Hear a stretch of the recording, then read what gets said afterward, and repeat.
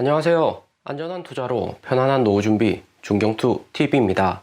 네, 4월 10일 일요일입니다. 비트코인 42,500달러 마이너스 1.3%, 이더리움 3,200달러 마이너스 0.7%, 리플 제외하고 전체 코인 마이너스고요. 주말 동안 블룸버그에서 월간 설문조사 보고서가 발표가 되었는데 4월에도 인플레이션율 높게 나올 것이라 예측을 하면서 비트코인 추가 하락이 났습니다. 4월 8일 비트코인 마이너스 5% 크게 하락 오고 살짝 반등 왔다가 다시 추가로 마이너스 1.3% 하락을 왔고요. 이렇게 바로바로 하락이 안 오고 다시 살짝 반등 나온 것은 이전의 패턴과 조금 다르다 알 수가 있죠. 이것은 전체 코인 시장 개인 투자자 비중이 높다는 거고 고점에 물려있는 투자자들이 많기 때문에 하락할 때도 기대 심리로 물타기를 많이 하고 있다는 이야기가 되듯 하고요. 최근같이 인플레이션이 높고 5월에 금리 인상 직전인 상황에서는 코인 현물로 많이 들고 계시는 것은 정말 위험합니다. 3월 16일 금리 인상 하고 반등 와서 이번에도 5월 5일 금리 인상하고 오를 것이다 뉴스나 커뮤니티에서 이야기가 계속 나오는데 3월 금리 인상에도 반등이 온 것은 러시아 전쟁으로 인해서 매수세가 당장에 크게 증가한 것이 주요 원인이었고요. 미국이 러시아 제재 지속은 하고 있지만 러시아 르블과 같이 전쟁 전후로 반등이 왔고 비트코인 러시아 내 수요는 줄고 있습니다. 그렇기 때문에 러시아가 저가 매수 해주지 않는 상황에서 5월 금리 인상 여파가 작지 않다 볼 수가 있고요. 반드시 현금화 비중 중요합니다. 전체 코인 시장이 2020년 10월부터 불장 시작되고 크게 오르고 내리고 하면서 변동성은 컸지만 결국 주식이나 코인 모두 단기 투자했다가 손해봤다 떠나시는 게 아니라 오래 살아남으셔야지 수익을 많이 볼 수가 있습니다. 리스크가 크다 중경투가 얘기하면 일부 현금화를 해두셔야 되는 거고 이후 시장 잠잠하고 저점이 나오면 추가 매수해서 현물량 크게 늘리시는 게 중요하고요.